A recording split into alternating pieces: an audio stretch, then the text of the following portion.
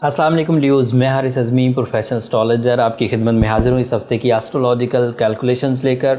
मुझे कम से कम 5 प्लैनेट्स के बारे में बयान करना है जो इस वक्त आपको कम्प्लीटली फेवर कर रहे हैं। टेक्निकल न्यूज़ पहले दे देता हूँ एंड देन फिर उसकी एक्सप्लेनेशन आपके सामने रखूँगा। सूरज इस वक्त आपका रूलिंग प्लैनेट है, इस वक्त आपके 11th एंगल पर है। मरकरी उसका साथ देने के लिए तैयार है, कुछ दिनों में वो भी सूरज के साथ ही आ जाएगा। रेट्रोग्रेशन की वजह से वो थोड़ा सा टॉरस हाउस से गुजर के दोबारा आएगा जेमिनी एंगल पर। वो 13 तारीख को जेमिनी एंगल पर आ जाएगा, तो वो अगले हफ्ते में एग्जिस्ट करता है, लेकिन बहरहाल वो भी फेवरेबल है। वीनस आपके 10th एंगल में है, वो 10th एंगल का ही रिप्रेजेंटेटिव है। उसके एक वसी एडवांटेजेस हैं, वो भी तफसीली इस वीडियो में बयान करूंगा।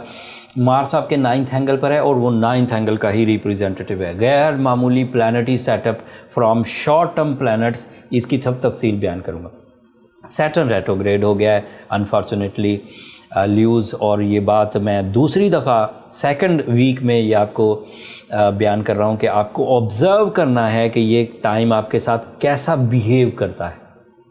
From 4th June till 23rd अक्टूबर, इस टाइम में जो कुछ आपके साथ लॉन्ग टर्म प्लानिंग्स में होगा, इस तरह का टाइम अगले 2.5 साल भी आपको देखना है, क्योंकि आपके लिए ये सैटर्न 7 मार्च को 8th एंगल पर चला जाएगा। वहाँ वो आपके लिए नेगेटिव होगा 7 मार्च 2023 को।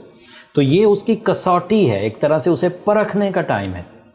तो देखिएगा कि आपके लिए अगले 4 महीनों में जो कॉम्प्लिकेशंस आएँ उनको रीड करते रहिएगा, ताकि अगले 2.5 साल उसे समझ सकें कि आपको कैसे गुजारने हैं। लेकिन अभी बहरहाल पॉजिटिव खबरें, वो बाद की बातें हैं, मैंने ऐसे क्लू के तौर पर दिए हैं, परेशान मत होइए। इसके हज़ारों तरह के ट्रीटमेंट एंड सैटर्न की रेट्रोग्रेशन हो या सैटर्न का नेगेटिव ट्रांजिट हो, जब वो 8th हाउस में से गुजरेगा तकरीबन 30 साल के बाद वो 8वें घर में आता है। तो जब वो वहाँ से गुजरेगा तो उसको 100% क्योर किया जा सकता है, उसकी तमाम ट्रीटमेंट्स मौजूद हैं, परेशान होने की ज़रूरत नहीं। सन 11th एंगल पर आपको कैंडिडेट बना रहा है बड़ी बड़ी कामयाबियों का, थोड़े एफर्ट्स के साथ बड़ी कामयाबियाँ, ऐसी कामयाबियाँ जो आपके जो ज़रूरियात को तो पूरी करेंगी करेंगी, ख्वाहिशात की तकमील की वजह भी बनेंगी। आप जो चीज़ें जर्नली परफॉर्म करेंगे उनके रिज़ल्ट्स आइडियली आएंगे। आप दोस्ती करेंगे, आप ट्रैवल कर सकते हैं, आप इन्वेस्टमेंट्स कर सकते हैं, आप सडन गेन्स के लिए कुछ रिस्क ले सकते हैं एंड आप ट्रैवल कर सकते हैं, सैरो सियाहत वाला भी, एंड किसी एजेंडा पे काम करते हुए किसी मकसद के लिए बैरून मुल्क ट्रैवल करना चाहें तो कर सकते हैं। This is ideal situation for these fields. अगर कभी भी सूरज 11वें घर में आए तो वो आपकी पर्सनैलिटी डेवलपमेंट की वजह भी बनता है। You are more attractive, you are more confident, more captain, more brave, and उसी तरह के दीगर एडवांटेज जैसे कंपटीशंस में हिस्सा लेना, सम सॉर्ट ऑफ। आपके लिए वीनस आपके 10th एंगल पर, this is an other positive advantage. मुफ्त में किसी गवर्नमेंट ने नहीं दिया, ना ही आपने कोई दरख्वास्त दी थी, ना ही किसी सिस्टम को आपने ऑन किया। नेचुरली वीनस अपने पीक पर है, जिस तरह बाहर आ जाए, ये वाली बाहर आपके सिर्फ कैरियर में। 10th angle is representative of your material advantages. 10th angle is representative of your reserves, material reserves and job, source of income, investments, multitasking, ये उन सब चीज़ों का रिप्रेजेंटेटिव है। और जो ताकतवर तरीन सिचुएशन ये पैदा कर सकता है, मतलब हमें अगर वीनस से कोई भी तवक्को है अल्लाह ताला की तरफ से, जैसे हमें किसी भी नेमत से कोई तवक्को हो, हमें सूरज से एक तवक्को होती है कि वो रोशनी देगा, तो वो जो मैक्सिमम रोशनी देता है वो उसका नुक्ता अरूज होता है। वीनस 10th एंगल पर मैक्सिमम सपोर्ट ऑफ कैरियर देता है। आप जब इंटरव्यू दे रहे होंगे, आप जब डील्स बना रहे होंगे, आप जब बॉसेस से बात कर रहे होंगे, आप जब क्लाइंट से बात कर रहे होंगे, आप जब किसी मीटिंग में होंगे, तो आपका माइंड बिल्कुल फोकस होकर टू दी टारगेट होकर नेचुरल फ्यूल्स के साथ काम कर रहा होगा।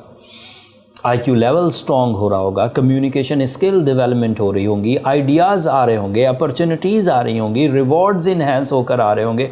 सो ये आप कैश कर सकते हैं इस वक्त at all.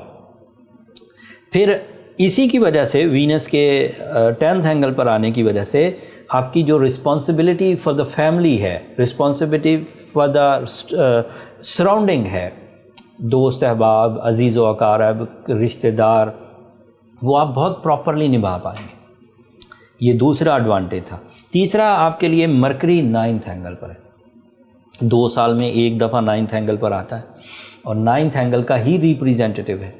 Mars 10th angle पर भी अच्छा है, मार्स 7th एंगल पर भी अच्छा है, मार्स 1st एंगल पर, लेकिन 9th एंगल पर वो मैक्सिमम है। उसकी मैक्सिमम एबिलिटी के इवज़ जो कोई लियो अगर दोहरी शहरियत इख्तियार करना चाहे, इमिग्रेशन टाइप की कोई ट्रैवलिंग करना चाहे, हिजरत करना चाहे, वो कर सकते हैं, उसको सपोर्ट मिलेगी।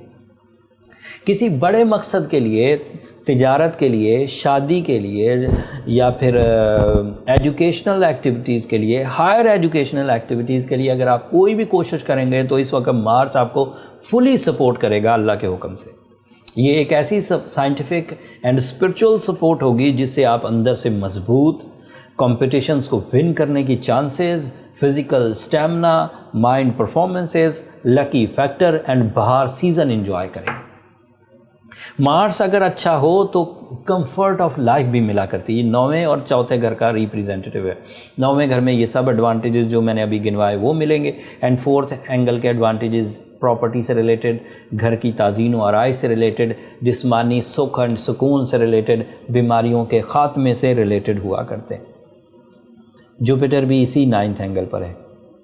That is also ideal for the students, for the teachers, for the doctors, for the intellectuals, for law and judges, इन सब के लिए, एंड इवन अदरवाइज भी क्रिएटिव एलिमेंट वाले ल्यूज़ जैसे फिल्म मेकर्स, जैसे सोशल मीडिया एक्टिविस्ट, इन सब के लिए जो लोग क्रिएटिव काम करते हैं माइंड स्किल्स के, वो बेहतरीन फॉर्म में है इस वक्त आपके।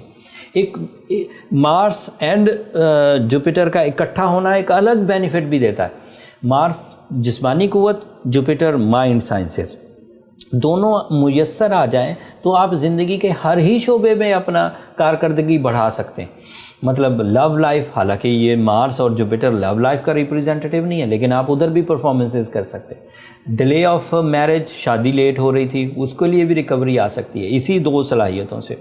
आपकी पब्लिक इमेज, जैसे कोई मजरू हो गई थी, लोग आपके बारे में राय अच्छी कायम नहीं कर रहे थे, आपकी बात सुनते नहीं थे, या आपके बारे में हमेशा मुखालफत का रवैया इख्तियार रखते थे, वो सेटल होंगे।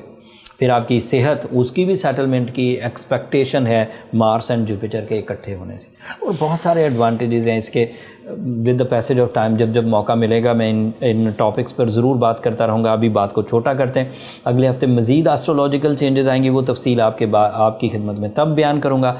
मुझे इजाज़त दीजिए, दुआ में ज़रूर याद रखिएगा, चैनल को सब्सक्राइब करना मत भूलिएगा। अगले हफ्ते तक के लिए अल्लाह ने के बाद।